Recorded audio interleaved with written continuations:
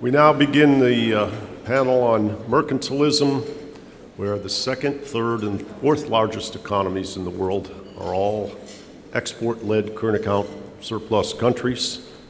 Obviously, there are questions to ask within the European system and questions to ask within the world system. To moderate this panel will be my nominee for the most valuable player of Berlin INET 2012.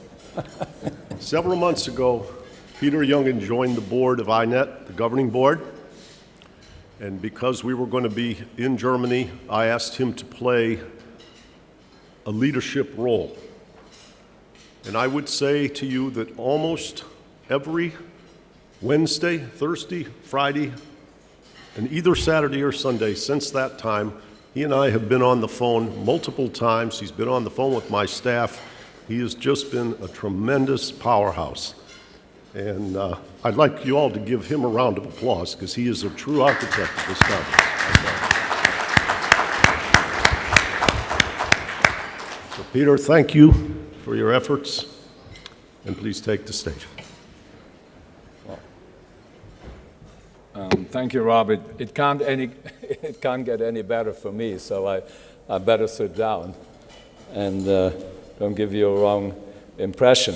Well, I hope we will live up to the expectations for this afternoon's panel on mercantilism. I will say a word or two to our panelists a bit later on. Rob has already mentioned what we are up to.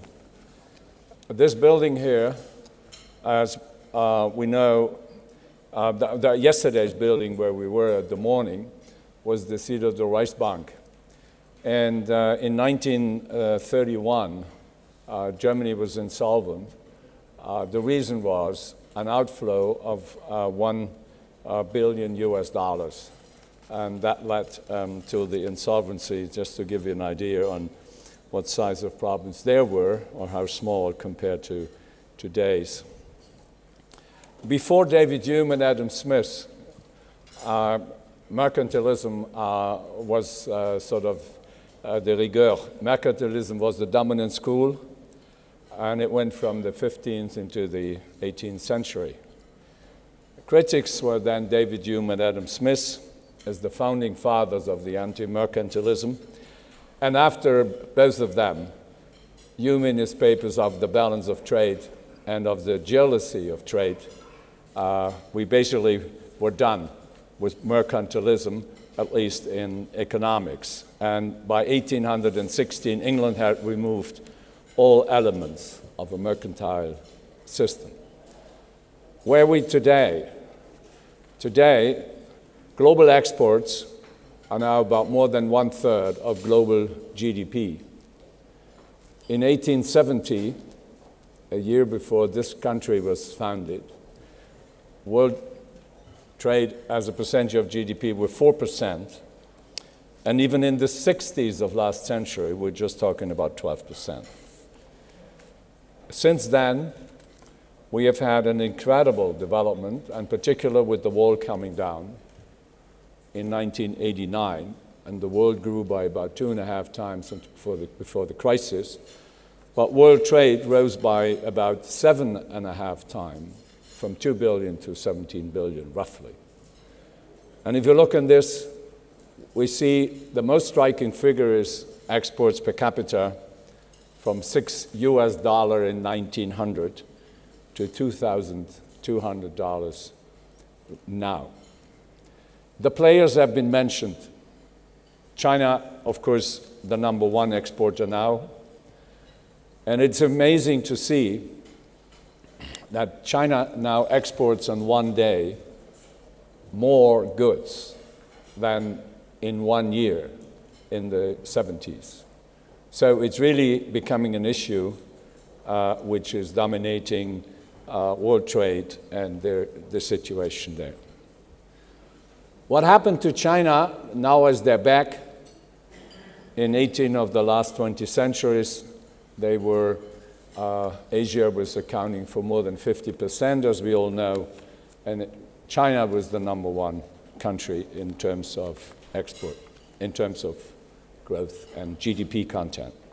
Today, the 31 Chinese provinces would be among the 32 fastest growing countries in the world if they would be independent. A lot of them export driven. As Rob said, most post-war stories were export driven, and that's true for China, Japan, Korea, and of course Germany. Now, it has always often been said, and maybe that's for the discussion, is there a tradition in the German genes for exports? If you look in the history, it can't be really said yes. In around 1900, it was only 15% of GDP, and now it is where it is.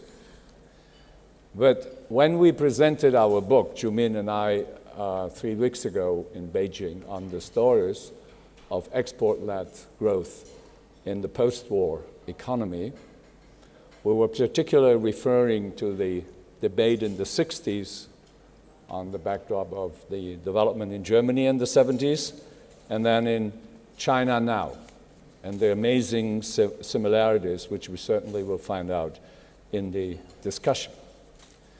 But I want to make two remarks which may be not in the mainstream debate. The one is, why did China fail in the last 200 years? The answer is, it's innovation, a lack of innovation, a lack of openness. And why did Western Europe and then the US move on, as we all know? It's because of innovation, is the emergence of industrialization and capitalism. And the interesting thing is that still 50 of the most innovative companies of the world, 31 of the 50 are in the US and 10 in the EU. If you look on some of the problems in Europe, and I'm sure we go into this further, I want to add this in my second remark, a micro view. There is a study being recently published on hidden champions, about 2,700 firms in the world who fulfill the following criteria. They're either number one in Europe or number one in the US, and they have to be among the first three leading firms in their sector in the world. These are mid-sized firms up to 5 billion. In average, they have 400 million sales, 60% export ratio. They account for 70% of German exports.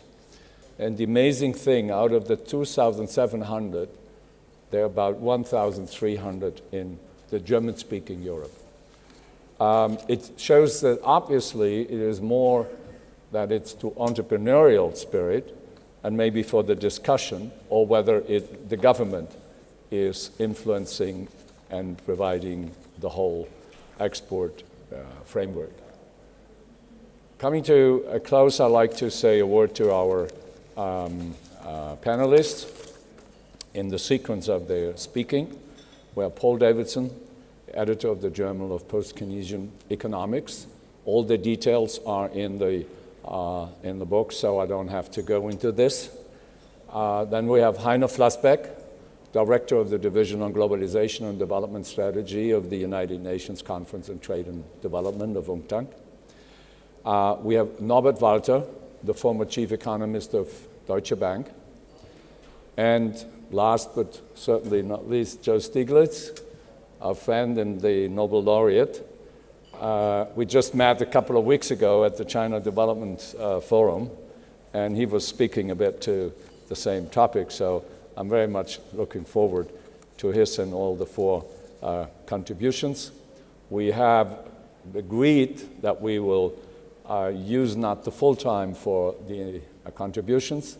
We'll do a second short round on the panel after the contributions, and then we'll open up to the floor for some Q&A in order to have an interactive debate. Thank you very much for your attention, and I would like now our first speakers to come up to the stage, Mr. Donaldson. Thank you very much. So. The topic, the title of my paper, which is not shown on the board, is Preventing the Failures of Mercantilism, Especially Debtor Nation Exhaustion, Using the Principles of Keynes' Liquidity Theory and Soros's Reflexivity. And particularly in the international payment system, is a great way of looking at how you solve the problem if you have old economic theory versus new economic theory. Countries that run export-led growth, run huge trade surpluses persistently, we have heard that the media talking heads always say they're economic miracles. Remember Japan in 1970s and 80s? They were going to take over the world. By the year 2000, these pundits told us Japan would be bigger than the United States, and we might be on a yen standard rather than a dollar standard. Well, look what happened after a couple of years of Japan being so powerful. It had 2 decades of recession. The question is now China and Germany are like Japan in the 1970s, running persistent trade surpluses. Can they be far behind Japan? Are they going to have decades of recession? Now, we were told also if Greece only had its own currency, it could solve the problem by devaluing the currency. And there was even some talk that Canada was helped by a devaluation of the currency. And old economic theory says when there's a debtor problem, when there's a debt problem, it's the debtors has to bear the burden of the adjustment. And one of the things we now say is, well, if you devalue, if you have a chance to devalue, you will make your industries more competitive. And everybody's for competition. Of course, in the 1930s, when you devalued, we called that exporting your unemployment. Why? Because if you become more competitive, the industry you're competing with must become less competitive, and so they're going to have a problem. Now, in Euro, since Greece cannot devalue, we're told instead you have to have austerity. Why austerity? Well, if you cut back, you create a little unemployment, you'll put pressure on your employers, your enterprises to reduce wages and fringe benefits, and you'll become more competitive. And again, that will help. Those who believe in austerity, I suggest that they look at the autobiography of Herbert Hoover, because when the Depression occurred, Mr. Hoover, who was very sensitive to economic problems and distress, kept calling Mr. Mellon, his Secretary of the Treasury, in to say, can't we do something to relieve this unemployment depression problem? And Hoover writes that as follows: Mr. Mellon had only one formula: liquidate labor, liquidate stocks, liquidate the farmer, liquidate real estate. It will purge the rottenness out of the system. People will work harder, lead a more moral life, unquote. So that's what austerity is all about, getting people to work harder, lead a more moral life. Now, Keynes argued that classical theorists were wonderful because they offered us the supreme intellectual achievement of adopting a hypothetical world remote from experience as though it was the world of experience and then living in it consistently. And that's what we see with old economic theory. Now, Keynes argued that, and he was the first new economic thinking, I guess, of the 20th century, that the problem with the old economic thinking was they were Euclidean geometers living in a non-Euclidean world and observing parallel lines somehow crashing, said they had to avoid crashing, and he said the problem was you had to throw over the axiom of parallels and work out a non-Euclidean geometry. Something similar is required today in economics. And what were the axioms that Keynes threw over? Well, there were 3 axioms: the Ergodic Axiom, the neutral money axiom, and the gross substitution axiom. Let me just talk about one of them. If you're interested in the others, you'll have to read the paper. And that's the Ergodic Axiom. This has to do with efficient markets. Time is a device which prevents everything from happening at once. When we make an economic decision, the payout is going to be weeks, months, years in advance, particularly for investment. But even for consumer goods, if we decide to go to a restaurant for dinner tonight rather than eating here, the question is, which restaurant should we pick? Well, we'll pick the one that's going to give us the most utility, best food for the price, right? And then how many of you ever gone to the restaurant and been disappointed with your choice? So obviously you chose the wrong thing. Why? Because you can't forecast the future. Now, in old economic theory, and we heard this, we talked before, the future is predictable. Paul Samuelson says if economics is going to be a science, we have to institute the Ergodic Axiom. What is the Ergodic Axiom? Well, if you want to say something about a universe, information about a universe, you have to draw a sample from that universe and then calculate the moments around the mean. So if you're going to say something about the universe that's going to exist tomorrow or next year or to get a rate of return or what have you, you have to draw a sample from the future and then do your calculations. Well, obviously a sample from the future is impossible, so what you institute is the Ergodic Axiom. And the Ergodic Axiom says the probability distribution that governed the past will be the same probability distribution that governs the future, and therefore you can take a sample from the past, it's equivalent to taking from the sample from the future, and therefore you can know the future in an actuarial sense, and that's what makes markets efficient. Everybody knows actuarially what the highest rates of return are going to be, what your marginal utility is going to be. The ordering axiom, by the way, is the equivalent, if you have a deterministic model, of the axiom, of the Ergodic Axiom. Okay, now George Soros, Keynes said that was nonsense, that you can't predict the future. He talked about uncertainty.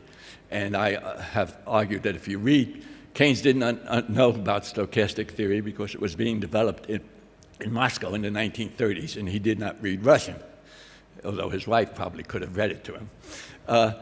But he throws his comments about Tinbergen indicate that he knew intuitively that the Ergodic Axiom didn't work because he says economic data is non-homogeneous over time, and non-homogeneity is a sufficient condition for non-ergodicity. Okay? Now, Soros, in his reflexivity, was attacked by The Economist, and he wrote a letter to The Economist to explain why he understood science, and he points out that in March 1997, he says that Samuelson's insistence on the Ergodic Axiom is wrong, and it does not permit the reflexive, quote, the reflexive interaction between participants thinking and the actual state of affairs, unquote. So in essence, what I'm saying is Soros's reflexivity, although it uses different terminology, comes out to be the same idea as Keynes's idea about financial markets. You have to reject the Ergodic Axiom. You can create the future. You don't just discover it. Ergodic Axiom, efficient market theory, says the future is already predetermined, and like Columbus, you just have to discover it. Non-ergodic economics says if you go out on the ocean, you will create North America. It wasn't there before. Okay, so Robert Lucas, on the other hand, has boasted that old economic theory axioms are, quote, artificial, abstract, and patently unreal, unquote. But they are good because they make the system tractable, and we can solve this problem. Now, the quants on Wall Street have built all sorts of computer models based on sampling from the past to tell us about risk management, and of course, they're assuming the Ergodic Axiom. If you think, as I do, and as Keynes did, and as Soros obviously does as well, that the system is non-ergodic, then these quants have developed models which we might call weapons of math destruction. Okay. Now, in his book, Against the Gods, which was about risk management, Peter Bernstein says the story that he has to tell is between those who argue that the best way for making decisions is based on quantification and numbers determined in the past, by patterns in the past, and those who base their decisions on a more subjective degree of belief about the uncertain future. This is a controversy that has never been resolved, and he says we would like to resolve it in his book. I think, given the collapse of the risk management models in the 2007 and 8, I think we have evidence that the past is not a very good, statistically reliable about the future. Now, what is it that we're talking about in new economics, and how does this relate to this balance of payments? Well, Axel mentioned the web of contracts. The essence of Keynes's theory is the contract, the money contract. I have a quote from Aaron Hahn. I won't bother you with it, but he says, at the end of it, says, if a serious monetary theory comes to be written, the fact that contracts are made in terms of money will be of considerable importance, unquote. Notice old economic theory said the contracts are always made in terms of real money. Now, why do we make contracts in money terms? All entrepreneurial capitalist systems organize all production and exchanges in terms of money contracts, both spot and forward. Why? Because you and I know that our future determines our standard of living, but we don't know what the future is. We know the world is non-ergodic. We know we don't know. So in order to get some control over our economic future, we enter into all sorts of contracts for cash inflows and cash outflows. And we spend all of our time trying to make sure that the cash inflows at least equal the cash outflows. If they don't, we have to borrow in order to keep our standard of living, and sooner or later we become a debt problem. Well, the same thing is questioned about international monetary system. Look, if we were classical theorists, we say we don't have to worry because there cannot be persistent balance of trade problems. You would export your unemployment by devaluing, making more competitive, and so on. On the other hand, Keynes presented a plan called the Keynes plan at Bretton Woods, in which he said there is no reason to believe that you can have a system of free trade, free capital mobility, and maintain balance of payments. And the question then was, what are you going to do if you don't have that? In fact, his argument was free trade and free capital mobility and free flux of exchange rates were likely to create problems, not solve problems. Okay, and so he had this supranational central bank and the bankers and so on. Well, we saw with, I should apologize to some people here who are from the ECB, but we saw if you have a supranational central bank, that doesn't solve the problems per se. And so I've developed using the same principles as Keynes did, a much smaller system called an International Monetary Clearing Union. And the idea of this clearing unit is to make sure that the burden of correcting a trade deficit is not placed on the debtor completely, but primarily on the creditor nation.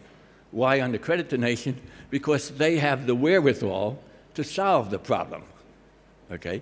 Whereas the debtor nation, as we know, once you get into debt, you don't have the wherewithal to solve the problem. It only gets worse and worse. Now, Keynes's position was very simple. What you needed to do was if a country ran persistent trade surpluses, such as China, Japan, Germany, what have you, that you had to have some mechanism which said after a while you're not allowed to build up these balances. And they were built up in this supranational central bank or in this clearing unit. It says that the creditor, running persistent balance of trades, has to get rid of its credits, or at least its, quote, excessive credits. How should it get rid of its excessive credits? Well, the answer was you're to spend your excessive credits on foreign goods. It's a sort of Say's law thing. If you sell things, you have to demand things from the seller, only the seller is in a different world. So one of the arguments was if we had such an institutional system, we would require China, Japan, Germany, when they build up reserves, they're creating a debtor problem, and the debtor's ultimately going to get exhausted because of double-entry bookkeeping, as somebody pointed out today. If you're a creditor, there must be a debtor on the other side. So spend your money. Spend it on goods and services, which you can then make available to your consumers, your local residents, and that will improve their standard of living. Just think if China bought more cantaloupes from California to reduce its trade surplus, how much better the Chinese would be eating this exotic fruit called a cantaloupe instead of rice all the time, okay? So one thing is spend it on the foreign goods, and that will solve the problem. The debtor will work his way out of debt because he will be producing more things to sell to you, which is, we also think, is the good way. The second way of doing it is, if you can't think of enough cantaloupes to buy, make a direct foreign investment in the debtor nation. That will create jobs in the debtor nation, build a factory, what have you, and that will get rid of your surplus.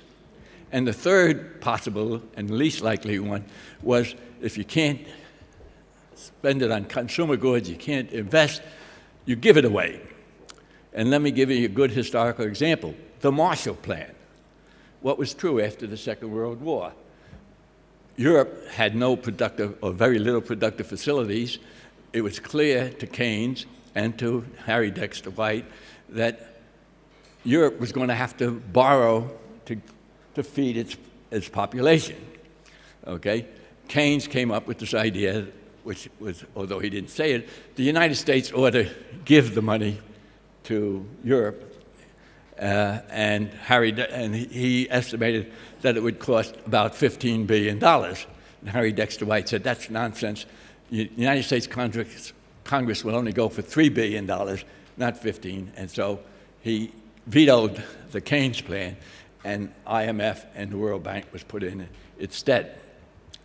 What happened, of course, was, for political reasons, I suspect, Harry Truman and General Marshall introduced the Marshall Plan, which gave away $15 billion, not $12 billion, which Keynes said, over 4 years to the Europeans. What was the result? The European standard of living was better, and the United States was better. For the first time in American history after a major war, we did not suffer a major recession. 9 million men and women came out of the armed forces and got jobs, not only producing for the domestic market, but for the export market. And so it was a win-win situation, okay? So that's a good example of where the Keynes plan worked. The problem is, of course, after 4 years it ended, but the Europeans were now in a position where they could produce and export as well. By the way, I should point out, if you've I can't explain it, but if you're interested, you can look in the paper. The Law of Comparative Advantage. You may not believe this, but in 1933, Keynes wrote against outsourcing, and his argument was the Law of Comparative Advantage only holds for natural resources and climate-controlled industries such as agriculture. For every other industry, he says, the law of comparative advantage is not important. For an increasingly wide range of industrial products, experience accumulates to prove that most mass production processes can be performed in most countries and climate with equal efficiency. Isn't that exactly what's happened with Apple and Corning glass and what have you? But of course, at much cheaper rates. All right, so unfortunately, Secretary Geithner, and I'm afraid the Obama administration, believes that the solution is to increase American exports by causing the dollar to be devalued relative to the Chinese yuan. And of course, rather than us devalue, we want them to revalue. Unfortunately, I don't think that will solve the problem. It's the equivalent of exporting unemployment. I I think I'm running out with 3 minutes left. So let me sum up as follows. That if you look at the history of the United States from the 19th to early 20th century, the two eras of greatest economic growth was during the Industrial Revolution, which was under the gold standard, and also from 1947 to 1973, when we had the Bretton Woods system operating. Since 1973, the United States has, and the rest of the world, has not had the same age of growth. Usual argument is the rest of the world could emulate the United States, and they grew because we were so good, but we grew at rates which we didn't have, and who were we emulating? Okay, so that the system ultimately that I'm recommending, and which is new economic theory basically, is that whenever there's an international balance of payments persistent problem, we should have some mechanism which forces most of the adjustment on the creditor nation. But we should be careful not to say, let the debtor nation free at all. Some people say, well, why don't we just keep making IMF Marshall loans or IMF loans to the debtor nations? And the problem with that is if we don't get them to work their way out, but if we just keep make every day Christmas, they become addicted to these things, and for ethical reasons, moral reasons, whatever, we want to believe that people will work their way out of debt. Now, that doesn't solve the domestic problem, but I think it does in terms of domestic debts. But again, it seems to me that there's an implication here. If we have problems with too much consumer debt and things of that sort, the solution is not to force people to cut back, in order to reduce their debts, deleverage, I guess is the word. The solution is, and somebody raised it to the Canadian minister, is to create more income for the debtors so that they can work their way out of debt. And with that moral, I'll leave you.